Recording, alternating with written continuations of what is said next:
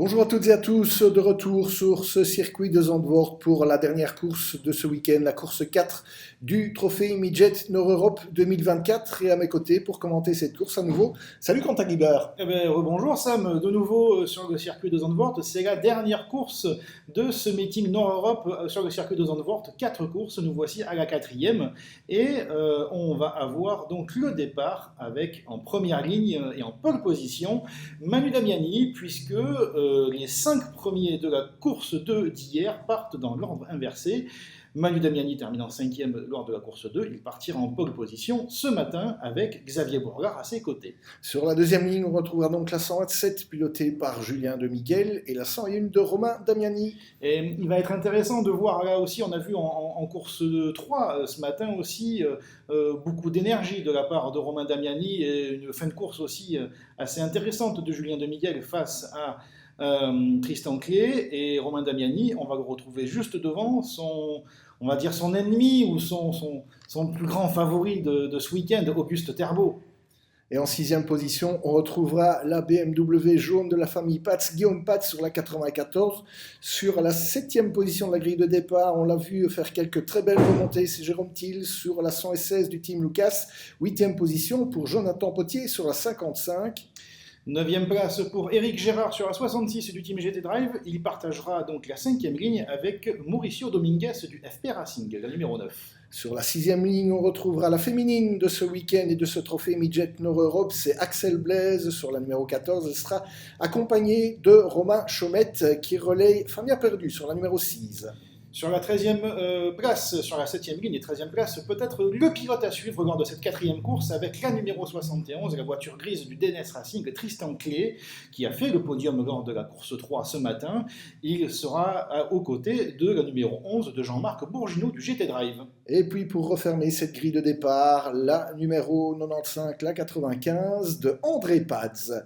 Les pilotes qui viennent de s'élancer derrière la leading car pour le tour de formation de ce qui sera déjà le dernier rendez-vous de ce week-end ici à Zandvoort.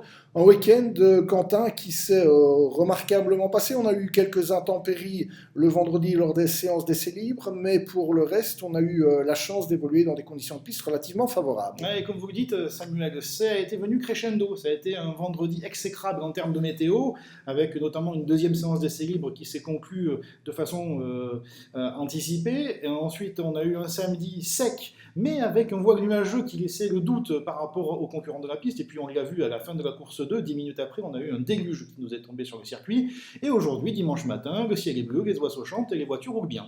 Exactement, beau ciel bleu pour refermer ce meeting de Zandvoort qui est la manche d'ouverture de ce trophée Midget Nord-Europe 2024. Les concurrents qui se retrouveront déjà d'ici une quinzaine de jours du côté de Zolder en Belgique pour le deuxième rendez-vous du championnat. Et est-ce qu'à Zolder, il fait aussi beau qu'à Zandvoort aujourd'hui ?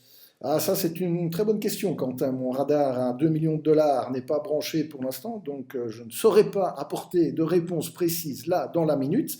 Toujours est-il qu'on aura l'opportunité de découvrir ce tracé limbourgeois d'ici quelques jours. Et puis les pilotes, ma foi, qui sont toujours sous les ordres de la Leading Car qui entame la deuxième partie de ce circuit de Zandvoort.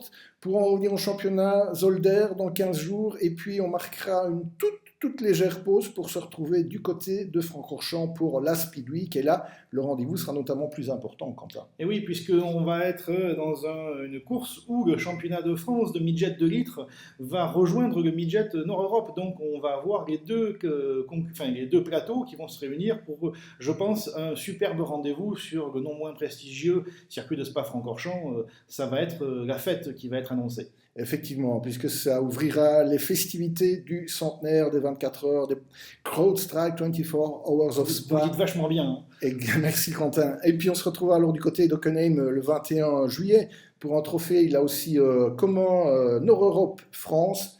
Et puis la saison se refermera du côté de Dijon à la mi-septembre. Mais on va se reconcentrer, Quentin. Les pilotes sortent de la chicane du circuit de Zandvoort. Ça veut dire qu'on arrive à quelques secondes du départ de cette quatrième course. Exactement, on voit les voitures qui se mettent deux par deux. Il va falloir respecter jusqu'au bout la procédure, ne pas s'écarter des lignes pour réaliser un bon départ et surtout ne pas avoir de faux départ. ou de départ retardé par exemple. La direction de course est assez à cheval sur le règlement depuis le début du week-end. L'enjeu peut-être à suivre, ça va être peut-être la voiture 71, la grise que vous avez vue à l'instant. Tristan Clay qui part en 13e place, qui a réalisé un beau podium ce matin. Ça va être la voiture à suivre parce qu'on s'attend à une belle remontée du pilote, mais aussi la dernière bataille entre Auguste Terbo et Romain Damiani. Là aussi, il va falloir être très attentif, savoir est-ce que Romain va pouvoir réussir à chipper une victoire à Auguste Terbo. C'est l'enjeu de cette course, de ce dernier rendez-vous. Vous les découvrez, les feux rouges à l'arrière, la leading car qui s'efface. Les concurrents sont donc aux ordres du starter. Sur la gauche de la piste, on retrouve la voiture de Manu Damiani, c'est la numéro 7, la Rockstar numéro 7, à ses côtés Xavier Bourlard, le triple vainqueur gentleman de ce week-end sur le numéro 69, derrière eux Julien de Miguel. Et Romain Damiani, c'est parti effectivement. Les feux qui sont éteints. Romain Damiani qui plonge déjà à l'intérieur de son équipier de GT Drive, Xavier Bourlard, et Romain Damiani qui va donc prendre la tête de cette course devant Xavier Bourlard, Manu Damiani, Auguste Terbo et Julien de Miguel. Me semble-t-il, et déjà la remontée de Tristan Clay. Gros départ pour Romain Damiani et Tristan Clay. Ils ont déjà, surtout pour Romain Damiani qui est en tête, il partait depuis la 4e place sur la grille de départ. Donc belle performance du pilote du GT Drive. Et on voit aussi la voiture grise du DNS Racing qui déjà pointe aux alentours de la 10e place, il me semble. Et Auguste Terbo qui de suite met la pression sur Manu Damiani. Les deux pilotes du MV2S ce week-end qui vont se livrer une lutte dans les prochaines dizaines de mètres. Julien de Miguel observe cela d'un peu plus loin. Et il va être intéressant de voir comment va réagir l'équipe GT Drive alors qu'on a déjà l'attaque d'Auguste Terbo ou la menace d'Auguste Terbo sur Manu Damiani, le pilote de la numéro 7. Il va être intéressant de voir Samuel, est-ce qu'il va y avoir une stratégie d'équipe pour contrer le pilote MV2S au niveau de chez GT Drive, puisque l'on a devant Romain Damiani GT Drive, deuxième Xavier Bourlard GT Drive. Et Auguste Terbo, qui passe tout de suite. Manu Damiani ne fait pas dans le détail. Il prend la 3e position. Ça va être au tour de Julien de Miguel de pousser à la porte de la numéro 7. Et puis on relève Éric Gérard qui a pris un super départ aussi devant Guillaume Paz. Et Tristan Clay, me semble-t-il, va attendre le passage sur la ligne, sur la première cellule de chronométrage pour faire le point précis sur le classement de cette dernière course. Et apparemment, chez GT Drive, ils ont trouvé le bon bouton pour partir parce que on a Romain Damiani qui est en position, qui est en tête de la course. Et vous l'avez dit, Éric Gérard a fait un excellent départ aussi. Allez, le banking Harry Luyendijk, le vainqueur à Indianapolis. Et puis le point au passage sur la ligne, Romain Damiani en tête, Xavier Bourlard deuxième, Auguste Terbo qui revient déjà très fort dans les roues du pilote gentleman, Manu Damiani qui doit se méfier du retour de Julien de Miguel. Derrière, Tristan Clay est un peu isolé et on voyait Éric Gérard qui se présentait, qui protégeait son intérieur face à Guillaume Paz. Et on avait également aussi Tristan Clay qui était présent là dans cette lutte. Tristan Clay, et vous le voyez, 6e, il revient à toutes enjambées sur Julien de Miguel qui, j'ai l'impression, qu'il bute un peu sur Manu Damiani, donc ça va peut-être faire les affaires du pilote de DNS, alors que derrière on a Guillaume Paz qui essaye de mettre la pression sur Jérôme Tigre. Vous voyez la voiture jaune derrière la voiture bleue. Et Tristan Clay, qui le disait avant l'entame de cette course, son objectif en partant de l'arrière, c'était un minimum de revenir en 5e position et de tenter d'aller quand même rechercher un nouveau podium, le 2e, pour ce dimanche. On va voir ce qu'il va en être dans les prochaines minutes de cette course. Auguste Terbo qui revient déjà très très fort sur la numéro 69, Xavier Bourlard. On a l'impression que ça va passer très rapidement. Il a dû peut-être avoir la consigne par radio qu'il ne fallait pas traîner, puisque, regardez, Romain Damiani, il a déjà pas mal de mètres d'avance sur Xavier Bourlard. Alors, encore une fois, Xavier Bourlard et Romain Damiani, c'est la même équipe. Derrière, c'est le concurrent direct. Auguste Terbo, pour l'instant, c'est un carton plein. 3 courses, pardon. Et Julien de Miguel, qui tente de se décaler sur Manu Damiani. Pour le trio de tête, ça reste inchangé. Julien de Miguel reste également derrière la numéro 7. Et voilà, on le voit là, ça y est. Je pense que dans la ligne droite, Samuel, on va avoir Auguste qui va passer à l'offensive sur le pilote de la GT Drive noir et or de Xavier Bourlard. Alors il ne faut pas oublier non plus que Xavier Bourlard joue sa course. C'est un pilote gentleman et pour l'instant, il mène la course. Et lui aussi, à l'image d'Auguste Terbo, 3 courses, 3 victoires en catégorie gentleman pour le pilote GT Drive. Le passage sur la ligne et les premiers chronos de référence pour Romain Damiani avec 1,53,243, 1,53,362 pour Auguste Terbo qui plonge à l'intérieur et qui passe Xavier Bourlard. Un dépassement d'école à Samuel à l'intérieur, propre, et derrière Xavier Bourlard qui, en toute intelligence, sait qu'il n'a pas à lutter car il ne joue pas la même course que Auguste Terbo. Et de nouveau, on va avoir peut-être un duel entre le jeune pilote danois du MV2S Racing et le pilote français du GT Drive Racing. Ça aurait été vraiment un mano à mano ce week-end entre les deux pilotes. Et derrière, on retrouve Manu Damiani, Julien De Miguel et Tristan Clé à la bagarre. Et un peu plus loin, Jérôme Thiel qui a réussi à prendre le meilleur et à laisser derrière lui Guillaume Pat sur la BMW numéro 94. Mais la bagarre, c'est là, c'est le point chaud de la course pour le moment. Julien De Miguel qui met la pression sur Manu Damiani car il sait que Tristan Clé va revenir très fort. Ah, il revient très très fort, Tristan. Regardez, hein, il est parti 13e sur la grille de départ au tour précédent. En l'espace d'un tour, il a presque doublé cette voiture et il est vraiment au point d'être dans les échappements de Julien De Miguel qui il bute sur Manu Damiani. Je pense que Manu Damiani, il tient à sa 4e place. Il veut bien figurer et puis c'est un compétiteur, Manu, hein, donc à l'image de son fils qui est en train de mener la course actuellement. Donc rien ne va être facile pour les pilotes du MV2S Racing et de DNS Racing. Et Manu Damiani, quelque part, sait qu'il ne doit pas s'accrocher, même s'il joue le rôle de pilote invité ce week-end. Il a quand même un classement gentleman à jouer, il veut être sur le podium lui aussi, et donc, la glisse magnifique, le contrôle là, de Julien De Miguel en sortie de chicane, avant de rentrer une nouvelle fois dans le banking. La glisse, c'était spectaculaire, c'est peut-être pas totalement efficace, néanmoins, il est revenu dans les roues de Manu Damiani et Tristan Clé pousse très fort. Attention à ne pas sortir trop large pour Tristan. Regardez, il était à quelques mètres de Julien De Miguel et désormais il se sent un peu distancé. Et je ne pense pas que l'aspiration puisse l'aider à pouvoir dépasser Manu Damiani. Et on a l'attaque de Julien De Miguel sur Manu Damiani. Et Manu Damiani qui résiste tant bien que mal. On va voir à la sortie du virage si le pilote à la voiture blanche a l'avantage sur la voiture noire. Oui, c'est fait pour Julien De Miguel. C'est pas encore garanti, Quentin. Ça se Manu fait de la résistance. Manu, oui, ça résiste fort pour Manu. On arrive au banking, qui va prendre la trajectoire. Ça y est, c'est passé pour Julien De Miguel. La bagarre avec Tristan Clé à l'extérieur qui va essayer de faire le banco. Jérôme Thiel qui tire tout droit. Il y a de quelques centimètres, il ne va pas taper. Et on a Tristan Clé qui a réussi à profiter du dépassement de Julien De Miguel sur Manu Damiani pour également prendre l'avantage sur le pilote de la numéro 7. Alors qu'on attend de voir si le pilote, si Jérôme Thiel du Team Lucas a pu repartir. On l'a vu partir tout droit sans raison. J'espère que c'est pas un souci mécanique et qu'il va pouvoir repartir surtout. Ah oui, il a bloqué les freins. Jérôme Thiel, on l'a vu, le petit panache de fumée à l'avant gauche, il a tiré droit vers les pneus, il s'est arrêté juste à temps. On va voir s'il a pu reprendre la piste à l'avant, mais toujours Romain Damiani devant Auguste Terbo. Romain Damiani qui vient de signer en chrono au passage précédent 1,52 747, il est donc très très rapide. 1,52 804, donc 5 centièmes d'écart seulement entre les deux leaders. Et à l'image, on dit bien le trio de Julien De Miguel, Tristan Clé et Manu Damiani. Entre le groupe de tête, il y a toujours Xavier Bourlard qui est isolé là-bas à la 3e place. Il ne faudrait pas le perdre de vue, il est toujours à la tête du classement des gentlemen, Xavier Bourlard. Oui, c'est intéressant de voir cette bagarre. Et puis, comme vous disiez, Xavier Bourlard, il tient son rang, il tient plus que son rang, puisqu'il a quelques secondes d'avance sur Julien De Miguel. Je pense que être derrière Manu Damiani, ça a servi du moins à Xavier pour prendre quelques secondes d'avance de respiration, à voir si maintenant De Miguel ou Clé plutôt vont réussir à revenir sur le pilote de GT Drive, voir que Manu Damiani ne se laisse pas faire, il est dans les échappements de Tristan Clé.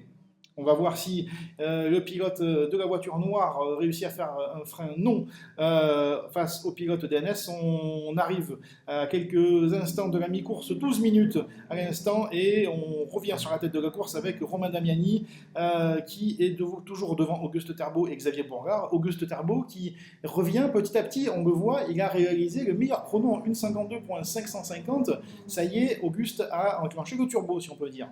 Et derrière, on a Guillaume Paz, on a Jean-Marc Bourgineau, on a Jonathan Potier, on a André Paz sur la 95, on a également au classement Chemette qui prend le relais de Fabien Perdu sur cette course pour le pilotage de la numéro 6, et puis on a malheureusement Eric Gérard qui a reculé en 12e place après un bon début de course. Alors que voilà, Jérôme Thiel est toujours en piste et ça c'est une bonne nouvelle. Après sa petite erreur tout à l'heure, il a pu repartir et se relancer à l'attaque. Apparemment, j'ai l'impression que Jérôme Thiel ne veut faire que des remontées ce week-end, mon cher Sam, puisqu'on l'a vu partir en fond de grille sur les 3 premières courses et réaliser de belles performances. Apparemment, il a décidé de repartir en remontée. On va suivre le pilote de la numéro 116. Et pour la tête, hein, toujours Romain Damiani devant Auguste Herbault. Là, on découvre Guillaume Paz. On a Jean-Marc Bourginot. Jean-Marc Bourginot qui a participé également il y a quelques semaines de cela au Trophée Midget Italia au Paul Ricard. On sait qu'ils apprécient ces épreuves du Midget Italia. La première manche de la saison qui se déroulait du côté du Paul Ricard avant de repasser forcément du côté de la botte. Et j'ai l'impression qu'on avait Julien de Miguel qui était un très bon lièvre pour Tristan Clé. Ils essayent de revenir petit à petit sur Xavier Bourgard, alors qu'on le voit, et ça y est, Auguste est en train d'arriver sur Romain Damiani. Les voitures ne sont équipées de faux phares, mais si Auguste avait des phares, je vous garantis qu'il serait déjà en train de faire des appels de phares. Et il a le temps hein, tout de même. Auguste Herbault, c'est la mi-course. Il est revenu au contact du pilote GT Drive. Il va donc pouvoir observer les trajectoires et puis c'est un schéma tactique qu'il a utilisé dans les précédentes courses que l'on a observées. Il prend son temps, Auguste Herbault, il réfléchit et puis il place une attaque décisive. C'est quelqu'un qui ne va pas tenter le tout pour le tout parce que c'est l'occasion ou jamais. Non, non. C'est à l'image des grands pilotes nordiques, à l'image de Kimi Räikkönen par exemple, qui va prendre le temps d'évaluer les trajectoires du pilote de son prédécesseur et de savoir à quel endroit il peut attaquer sans pour autant faire une attaque suicide et mettre les deux voitures en grande difficulté. Non, non. Un jeune pilote, vous l'avez dit, 16 ans, déjà très très rapide et surtout beaucoup de sang-froid au volant pour le jeune conducteur de la 99. Auguste Herbault qui nous racontait son parcours. Hein. Ce matin, on discutait avec lui. Il nous disait qu'il a commencé par le karting et puis pour apprendre les bases du pilotage sur 4 roues et avec carrosserie, il a passé son temps au volant de Suzuki Swift pour apprendre le car control. Et puis il est là maintenant au volant des midgets et il adore ce volant des midgets et il en fait un très bon usage puisqu'il s'était imposé du côté de Spa-Francorchamps en fin de saison dernière. Il s'est imposé 3 fois à Nogaro. Il s'est déjà imposé 3 fois ici à Zandvoort et il y met encore une très forte pression sur Romain Damiani pour essayer de faire la passe de 4. Le WRC a son Calero Von Pera, la midget a son Auguste Herbault. Voilà, un peu le même parcours de pilote pour ces deux jeunes espoirs, ces deux jeunes pilotes nordiques. On voit et l'attaque, une grosse attaque. Il vient de piquer le pilote de la numéro 101 au premier virage et maintenant c'est au tour de Romain Damiani d'essayer de mettre la pression sur le pilote de la numéro 99. Et il rattaque tout de suite. Romain Damiani essaye là-bas. Au niveau du virage 3, ça ne passe pas. On arrive dans Huguenol, c'est Auguste Herbault est bien en tête. Et pour en terminer avec cet aspect formation à la midget, on sait est un très bon vecteur de formation pour ces jeunes pilotes. On a notamment l'exemple de Matteo Solomone qui l'a emporté en GT4 France il y a quelques semaines du côté de Nogaro. On a également Karen Gaillard qui fait de très belles performances du côté de la Michelin Le Mans Cup et on suivra l'évolution évidemment d'Auguste Herbault dans les prochains mois, les prochaines années. Ici on est à Zandvoort, il reste 7 minutes et 45 de course ce dimanche et il a pris la tête face à Romain Damiani. Et, un peu à l'image de la course 3, il a évalué, comme on disait tout à l'heure, il a évalué les trajectoires du pilote pour savoir à quel endroit il y avait une potentielle faiblesse. Et de nouveau, à ce premier virage, c'est décidément l'endroit propice pour les dépassements sur ce circuit à 2 Zandvoort. Allez, Herbault Damiani, on va voir ce que le pilote de la GT Drive Verde va pouvoir faire ici. C'est Jean-Marc Bourginot qui soit se défendre face à Jonathan Potier et sa numéro 55. Et puis, qui sait, peut-être derrière pour Jonathan Potier se rapprocher de Guillaume Paz à la 7e position. Ouais. Manu Damiani est 6e et Tristan Clé toujours 5e, à 4 dixièmes seulement de Julien de Miguel. Donc on a la lutte pour la tête, mais on a également la lutte pour la 4e position entre Julien de Miguel et Tristan Clé. Et là, il est plutôt bien placé, là, Romain Damiani, dans les échappements de Auguste Herbault. On va voir si le pilote de la GT Drive va pouvoir placer une attaque. On le voit, regardez, ça a essayé de fermer les portes, de boucher l'angle. Ça dépasse, ou du moins ça se décale pour le pilote de la GT Drive numéro 101. Ça prend l'extérieur, non. Ça ne va probablement pas passer, mais il y a ce jeu de trajectoire. Et donc, est-ce que le pilote de la GT Drive va pouvoir repasser? Non, j'ai l'impression que Auguste Herbault ferme la porte. Là, c'est un concours de frein-tard. On est d'accord, Sam? On est d'accord, quand un frein-tard au niveau du premier virage, c'est une des possibilités de déplacement sur ce circuit. Huguenot, où l'on vient de passer, c'est également une possibilité, quoique plus restreinte. Et puis, on a à l'autre bout du circuit, alors que Tristan Clay, c'est frais, a pris le meilleur sur Julien de Miguel pour la 4e place. Attention, maintenant, Xavier Bourlard est en vue, mais il y a quand même 2 secondes et demie d'écart entre la 3e marche du podium et Tristan Clay. Devant, on a donc toujours notre duo de leader, Auguste Herbeau et Romain Damiani. Et la dernière possibilité de dépassement, eh bien, les leaders vont y arriver d'ici quelques secondes. Donc là, on a l'image de Xavier Beauregard et derrière, donc on a vu Tristan Clay qui réussit à garder le contrôle de sa voiture, la belle glisse sous la pression de Julien de Miguel. On va voir si les 2 pilotes vont réussir à revenir sur Xavier Beauregard, parce que ça y est, vous l'avez dit, ils l'ont en vue, ils ont un objectif. Et Xavier Beauregard, il est combien? Il est 3e, donc il y a le podium qui peut être jouable pour Julien de Miguel et Tristan Clay. Allez, les pilotes qui sortent des derniers virages de ce circuit, et l'une des possibilités de déplacement, c'est là-bas, c'est au bout de cette semi-ligne droite, on va dire cette courbe, cette longue courbe à gauche, c'est le freinage de la chicane, où on en a vu tout à l'heure Auguste Herbeau tenter un dépassement et s'imposer face à Romain Damiani. C'était plus tôt dans la journée. Ici, il est bien installé en tête, il compte au dernier chrono 74 millièmes, mais on sait que sur la ligne, ça va être un peu plus large. On le voit à l'image, l'écart a quelque peu grandi. Ouais, est-ce que Auguste a réussi à faire l'effort qu'il fallait pour prendre un peu ses distances? Mais on le voit, l'aspiration quand même, que Romain Damiani peut revenir fort. Il reste au contact, hein. Tout n'est pas fini pour la victoire au classement général. Tout n'est pas fini, il reste encore, allez, on va dire 3 tours à la grosse louche, 4 minutes 30 au chrono, un peu moins de 2 minutes au tour. Oui, ça va être intéressant de suivre si le pilote de la GT Drive numéro 101 va pouvoir repenser ou repasser une attaque sur Auguste Herbeau, mais c'est surtout la 3e place qui va être intéressante à suivre, Samuel, parce que on a donc Xavier Bourlard. Attention, Tristan Clay élargi, attention. Large. Attention, track limite, la pousse Tristan Clay, il risque d'avoir une remontrance de la part de la direction de course. Carte jaune, comme vous dites, c'est ça? Un carton jaune, en effet, Quentin.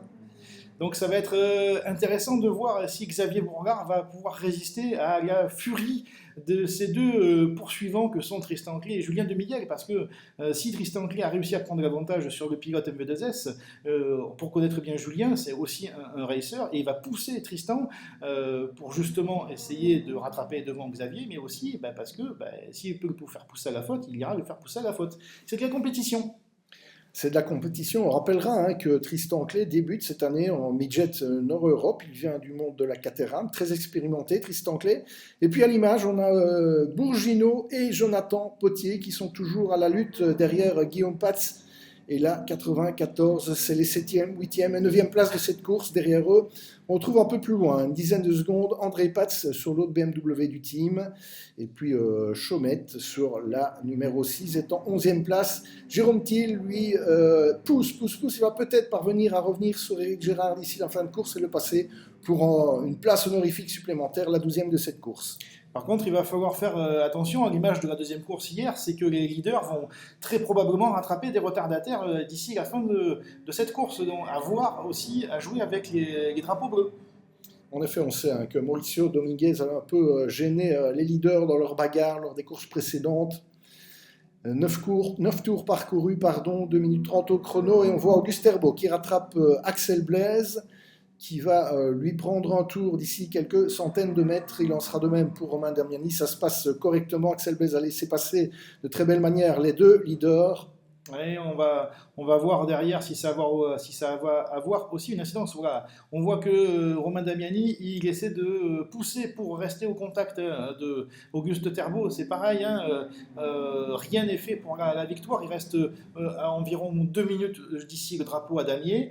Là aussi, ça va être intéressant de voir si Romain Damiani peut rester au contact, même s'il y a 1 seconde 185 millièmes d'écart. Encore une fois, le fait d'être présent peut aussi pousser à la faute ou déconcentrer devant. Tout peut être possible. Allez, 2 secondes d'écart entre Xavier Bourlard et Tristan Clay pour la 3e marche du podium. Un peu plus d'1 seconde entre nos 2 leaders, Auguste Herbeau et Romain Damiani. Et on va rentrer très très prochainement maintenant dans le dernier tour. Et on voit à l'image, on retrouve la lutte entre Tristan Clay et Julien de Miguel. C'est Ouais. toujours pour la 4e place et ils ne parviennent pas, hein, ils ne parviennent pas à rattraper Xavier Bourlard qui fait une très belle course. Ouais, c'est difficile, là. Mais là, on arrive de nouveau sur Axel Blaise qui va avoir les drapeaux bleus. Il va falloir faire attention au niveau du dépassement des retardataires, si ça ne gêne pas. Aussi, Xavier Bourgard.